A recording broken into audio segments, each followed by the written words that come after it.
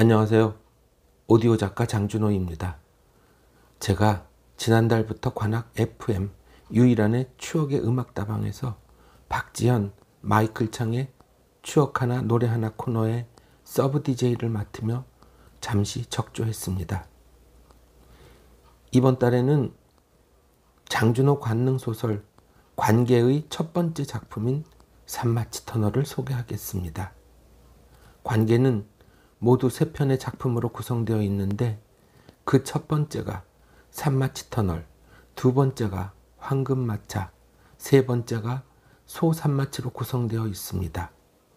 이 모든 작품은 남녀의 관계를 이야기하고 있으며 작품의 주인공은 나와 그리고 그녀로 한정되어 있습니다.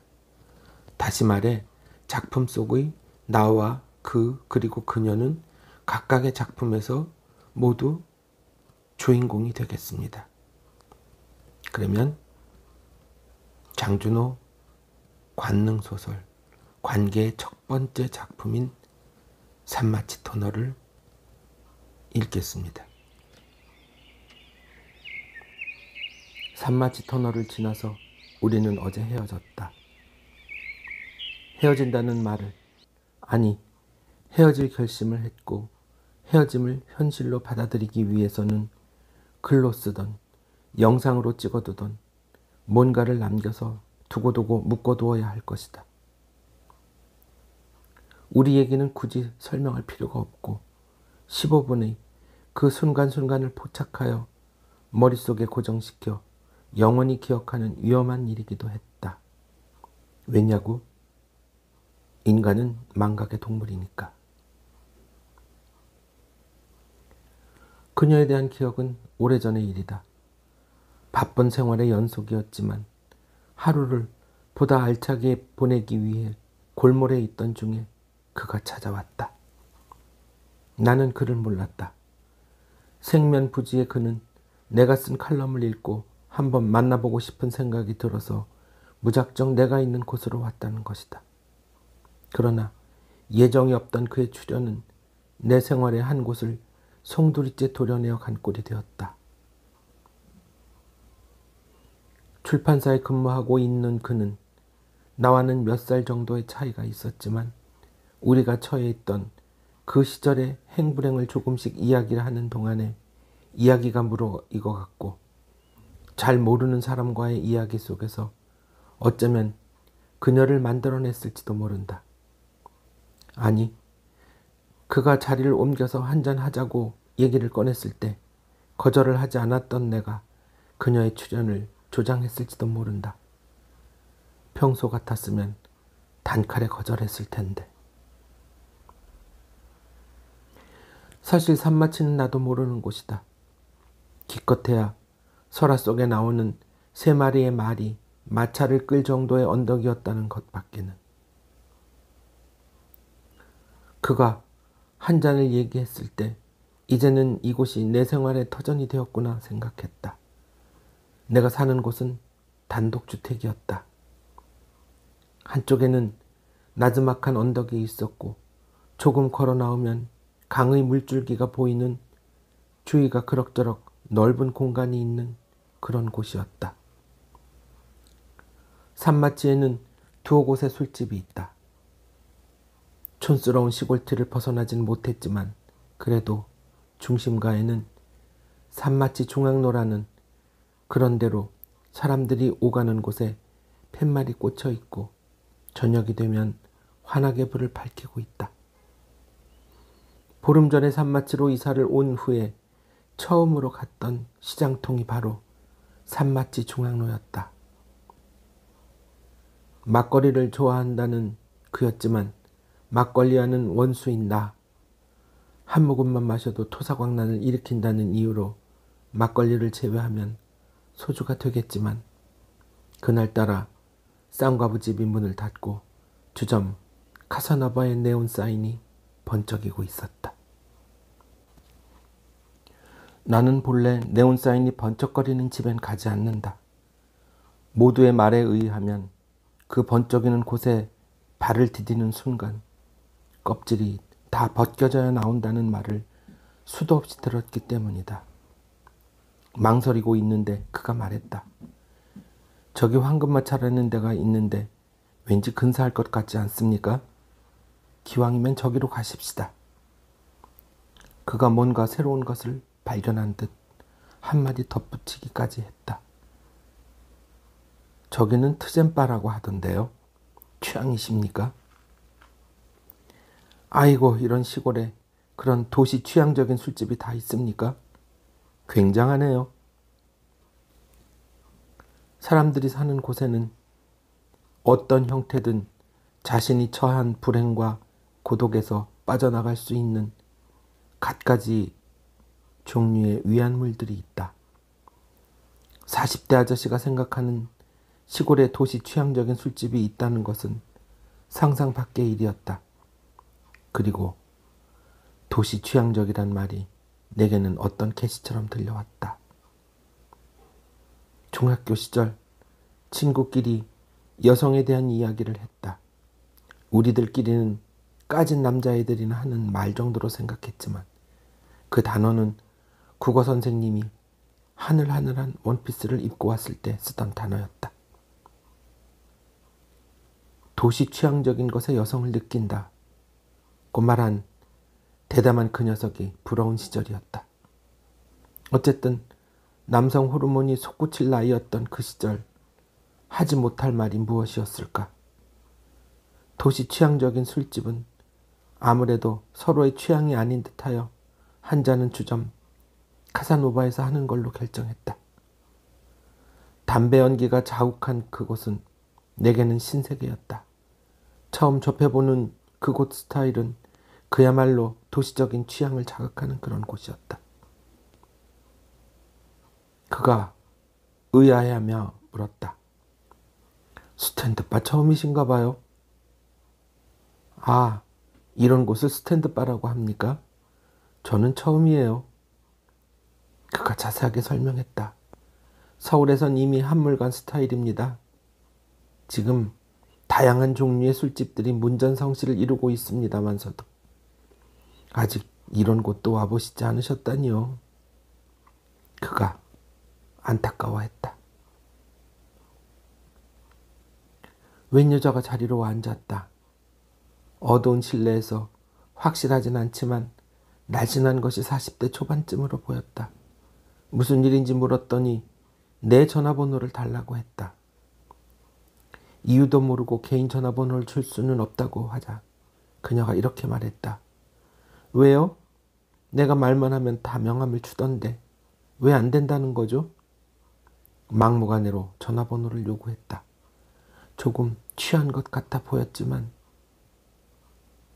이에 대한 답을 줄 수는 없었다. 전화번호를 줄 수 없다는 이유, 전화번호를 적어줄 수도 있음직한 이유를 얘기하자 그녀가 입을 뗐다.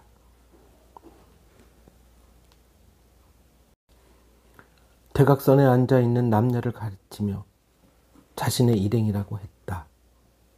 무대 위에서 노래하는 나를 가리켜 그녀가 자신의 스타일이라고 하자 일행 중 남자가 내 번호를 받아오면 양주 한 병을 사겠다고 호언장담을 했다는 것이었다. 방금 내가 노래를 부르긴 했다. 스탠드바라는 곳이 처음이었지만 밴드에 맞춰 사람들이 노래를 부르는 것이 신기해 쪽지에 노래 제목을 적어 지폐 몇 장과 함께 마스터에게 건넸다. 모두들 그렇게 한다고 했다. 전화번호 정도야 이미 바깥으로 돌아다닐 만큼 돌아다녔는데 못 적어줄 이유가 없었다. 전화번호를 적어 그녀에게 건네자 살짝 목례를 하고 자리로 돌아갔다.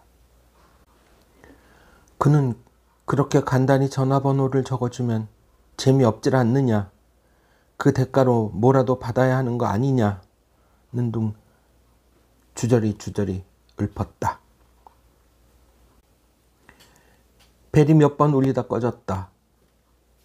모르는 번호는 받지 않는 게 내 철칙이다. 잠시 뒤 다시 벨이 울렸는데 같은 번호였다. 수화기 저편에서 여기에요, 여기요 라는 큰 소리가 들렸다. 어딘지 몰라 두리번거리자 이쪽이요! 하는 남자 목소리가 대각선 테이블에서 들린다. 방금 전화번호를 받아간 그 여자가 전화를 걸었나 보다. 손을 흔들어 주었다.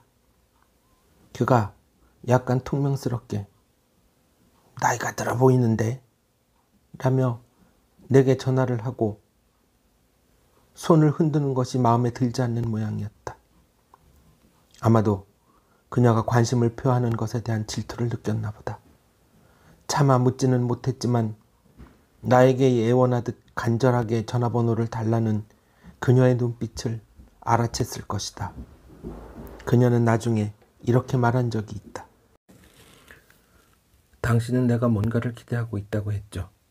그치만 난 아무것도 바라지 않아요. 정말로. 그냥 좋은 거지 뭔가 대가를 바라는 건 절대로 아니에요. 그녀는 항상 이렇게 말했다. 당신은 내 첫사랑이에요. 내가 당신을 얼마나 사랑하는지 알아요. 그때를 떠올리면 그에게 조금은 미안한 마음이 들었다. 그녀에 대해 내던지듯 하는 말에 아무런 뜻이 없었을 리 없다. 그는 내 비밀에 동참하고 싶었을 것이다. 내 느낌으로는 그가 보내는 일상적인 일들 사이에서 딱히 현실적인 확신을 갖지 못했을 것 같다. 나는 그저 그런 상황의 연출이었지만 점차 구체화된 이야기들을 돌이켜보니 참으로 희한하다는 생각이 든다. 이쯤 되고 보면 이 얘기의 구체적인 것을 써야 하겠고 더욱이 그녀를 어떤 상황에서 만났는지 털어놓아야 했다. 세상의 모든 연인들처럼 우리의 상황을 모두에게 알리고 싶어서도 아니고 만남의 장면이 당연히 있어야 하는 수사학적 요건, 이야기의 핵심 장면이 클라이막스에서 터져나와야 하는 전통적인 소설 기법을 이야기하려는 것도 아니다. 이것이 어떤 대단한 의미를 가진 것은 아니지만 그렇다고 이를 묘사하지 않고 빼버릴 수도 없는 노릇이다. 왜냐하면 그녀를 나와 그가 동시에 만났기 때문이었고 모두들 한결같이 어디서 어떻게 만났는지 알고 싶어 하기 때문이었다. 그녀를 만난 것은 늦은 가을 낙엽이 떨어지는 저녁 시간이었다. 산마치에 있는 베네치아라는 경양식집에서였다. 나는 대로변을 달려 집으로 가는 길이었고 신호음이 울리고 낯선 여자의 목소리가 들렸다. 저 기억하시겠어요? 지난번에 산마치에 있는 카사노바에서. 아, 예. 기억하고 말고요. 그날은 즐거우셨습니까? 친구분이 양주를 사신다고 했다면서요? 뜻밖의 전화를 반기면서 얘기했다. 꽤 오래전부터 알고 지내온 사이처럼. 베네치아에서 만난 그녀는 한껏 빗어올린 머리에 우리가 흔히 얘기하는 청자켓과 청치마에 핑크색 비즈의 화려한 문양을 수놓은 블루진으로 멋을 내었다. 샌들을 신은 그녀의 발뒤꿈치가 매끄러워 보였다. 슈트를 입고 넥타이를 맨 내게 그녀가 양복이 잘 어울린다고 했다. 그거야 내가 잘생겼으니까 당연하지. 산마치에서야 베네치아는 두말할 필요도 없는 고급스러운 식사 장소였다. 하지만 막상 들어가 보니 주변 골목의 아이들의 시끄러운 소리가 자동차 소음이랑 섞여서 웅웅거렸다. 주문을 받으러 온 직원이 정신을 집중하고 주문을 잊어버리지 않으려는 자신만의 방법을 최대로 동원해 받아 적은 주문을 되풀이하며 오더를 마쳤다. 그 시간이 얼마나 길었는지 그녀와 나는 웨이트레스가 자리를 뜨자 누가 먼저랄 것도 없이 서로를 쳐다보며 무언의 눈빛을 주고받았다. 이번에는 청자켓의 핑크색 비즈와 넥타이의 비즈색이 마치 말을 맞춘 듯한 커플룩입니다. 라고 내가 먼저 말을 건넸다. 물론 청자켓의 핑크색 비즈의 화려한 나비 문양에 맞춰 무릎 밑으로 오는 롱 플레어 스커트와 연결되는 비즈의 번쩍거림, 꽤 비싸게 주었을 것 같다. 이 눈을 자극했지만 공교롭게도 내가 메고 있는 넥타이 색상과 핑크색 비즈의 장미꽃 모양은 모르는 사람이 보면 충분히 그렇게 생각하고도 남을 일이었다. 그렇게 됐네요. 그녀가 웃음을 보였다. 조금 어두운 실내였지만 지난번보다는 얼굴이 잘 보였다. 약간 긴 듯 갸름한 얼굴에 날렵한 코, 이마가 둥글고 예쁘게 생겼다. 일반으로 여성들이 원하는 쌍꺼풀 진 커다란 눈은 아니었지만 이목구비가 그런대로 잘 어우러진 얼굴 형태를 하고 있었다. 남자들은 한 번의 스캔으로 여성의 전부를 꿰뚫는 능력을 가지고 있다. 그것이 바로 수컷의 본능이랄까? 그런 것을 눈치챈 듯한 그녀가 물었다. 제 첫인상이 어떠세요? First impression이요. 순간적으로 들어온 그녀의 말에 좋습니다. 망설임 없이 나왔다. 그도 그럴 것이 처음 만난 여자가 묻는 말에 부정적인 대답을 하는 바보가 어디 있을까? 무조건 긍정적인 답을 해야지. 그래야 분위기가 깨지지 않거든. 사실 그녀의 첫인상은 대단히 무섭게 보였다. 아니, 그보다도 무서웠다. 특히 아이라인을 짙게 한 날카로운 눈매가 그랬고 차가운 표정이 그랬다. 하지만 자신의 첫인상에 대한 답을 원하는 그녀에게 사실대로 말을 할 수는 없었고 굳이 그럴 이유도 없었다. 어쩌면 수없이 들어온 무섭다는 말을 제외하고 다른 종류의 말을 듣고 싶었을지도 모르니까. 나는 이 거짓말로부터 나를 분리하기 위해 말을 적게 하기로 했다. 하긴 그녀는 내 말을 믿지 않는 눈치였다. 미심쩍어 하는 그녀의 집요함에 약간 당황은 되었지만 그럭저럭 잘 얼버무렸다고 생각했다. 음식이 나왔다. 처음 주문했을 때는 무슨 거창한 식사가 될 것 마냥 그러더니 막상 나온 음식은 어쩐지 인스턴트 냉동식품을 조리한 듯한 비주얼이 주방장은 단지 불에 얹었다 접시에 덜어 넣었나 보다. 음식을 먹는 중에는 서로 말이 없었다. 단지 그녀가 음식을 먹을 때 맛이 어떻다, 어느 집은 어떤 게 맛있다 하면서 자신이 결정한 이 식당의 음식 맛을 평하는 정도였고 나는 애써 맛있는 척했다. 커피는 이곳에서 마시고 그 다음에 어찌해야 할지에 대한 생각으로 머릿속이 복잡했다. 근처에 모텔이 있지만 그다지 깨끗한 느낌의 건물은 아니다. 모텔이라기보단 차라리 여관이라는 표현이 좋을 듯하다. 좁고 가파른 계단을 올라가면 머리를 부딪힐 수 있으니 조심하라는 경고의 문이 붙어 있었다. 2층에는 조명을 조절하는 점등 장치가 있고 겨우 둘이 누울 만한 침대가 놓여 있다. 저녁 식사를 마치고 그녀를 이곳으로 데리고 온다면 조명을 환하게 밝히고 마음껏 즐길 수 있을 거라고 생각했다. 욕망을 실현하려면 어떻게 해야 하나? 라는 생각만 해도 즐겁고 짜릿했다. 머릿속에는 늘 웅크리고 있는 자아가 일상 속에서 끊임없이 분출하는 욕망을 구체화하기 위해 그림을 그리고 또 그린다. 그 짧은 시간인 18초의 쾌감. 친구가 군대에서 해준 일생 동안 남성이 성적 쾌감을 느낄 수 있는 그 시간이 고작 일주일밖에 안 된다라는 충격적인 계산을 위해 그 순간을 상상하고 초조하게 기다린다. 하지만 그때 내 바람은 다음번에 라는 기약 없는 사그러짐으로 초라하게 퇴장하고 말았고 그 두근거림도 순식간에 사라져버렸다. 기다림의 목적이 뚜렷하거나 현실 예측의 불가능성이 아니면 불가항력적인 어떤 것 때문에 기다림 자체가 지루할 때가 있다. 지금 얘기하는 남성 입장에서의 목적과 예측 그 자체는 같은 것을 말하는 것이다. 만약에 아니라고 하면 그야말로 무성애거나 그 인간이 가식덩어리라고 할 것이다. 내가 그때 그 장소에서 어떤 생을 가지고 있었던가 되물어 보았다. 그녀와 내가 모텔에 가지 않기를 바라고 있었다고 생각한다. 아마도 나는 여성을 유혹할 수 있다는 확신을 하기 위해 그 자리에 나갔던 것 같다. 내심으로는 더 나아가길 원치 않았고 내 상상력의 한계, 내 육체의 경계선을 넘어서고 싶지 않았던 것이다. 나는 여자에 대해서 별로 흥미를 갖고 있지 않았다.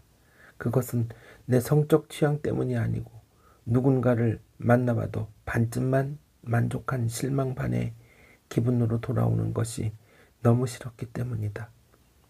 이것은 그녀들과의 섹스의 문제가 아니고 내게 중요했던 것은 내가 이상형으로 생각하고 있는 여자의 일상 속에서의 여자들이 외모와는 전혀 딴판이라는 것을 이미 어렸을 때부터 알았다는 것이다.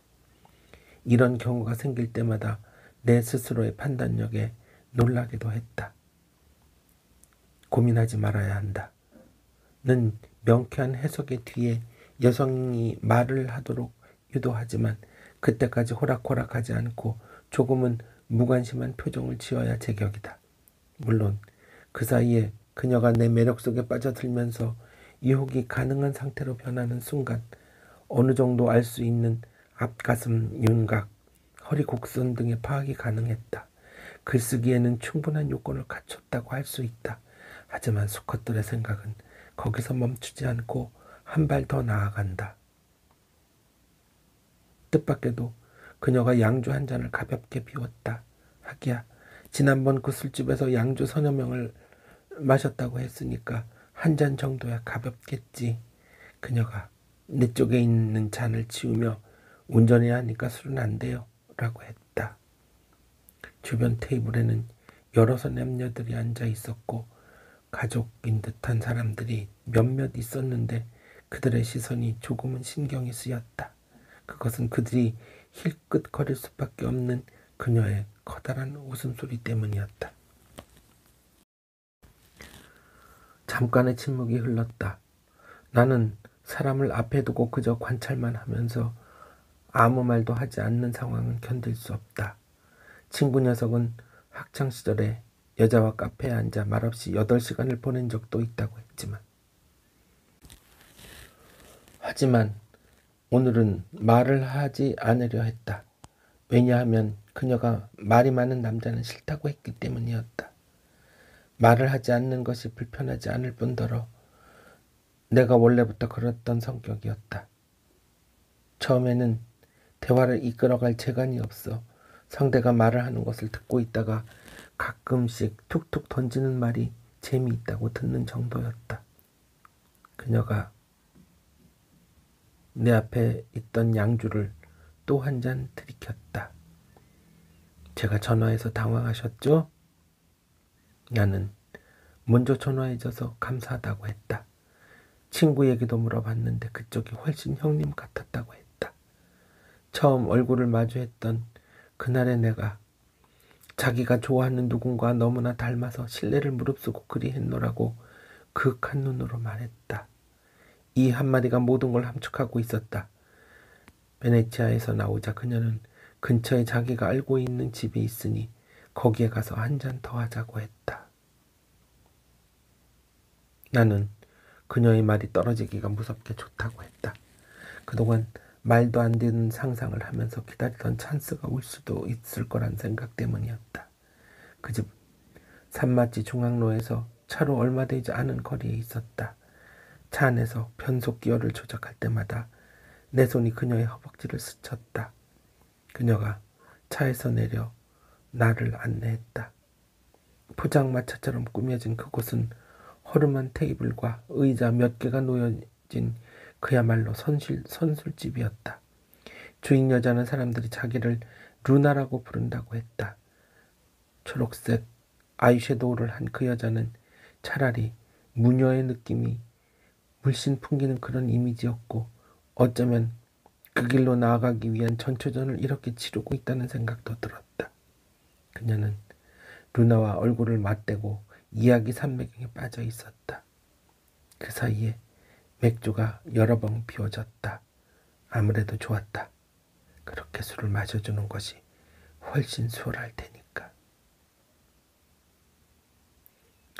나는 그녀를 거칠게 끌어안고 애무했다. 서툴지 말고 천천히 라고 반쯤 벌어진 그녀의 입에서 나오는 말은 듣는 둥 마는 둥 예전에 수십 번 반복했던 장면처럼 그녀를 안고 침대 위로 가서는 중앙에 있는 조명을 켰다. 침대는 예상대로 낡아 스프링이 울퉁불퉁하였고 삐그덕거렸다.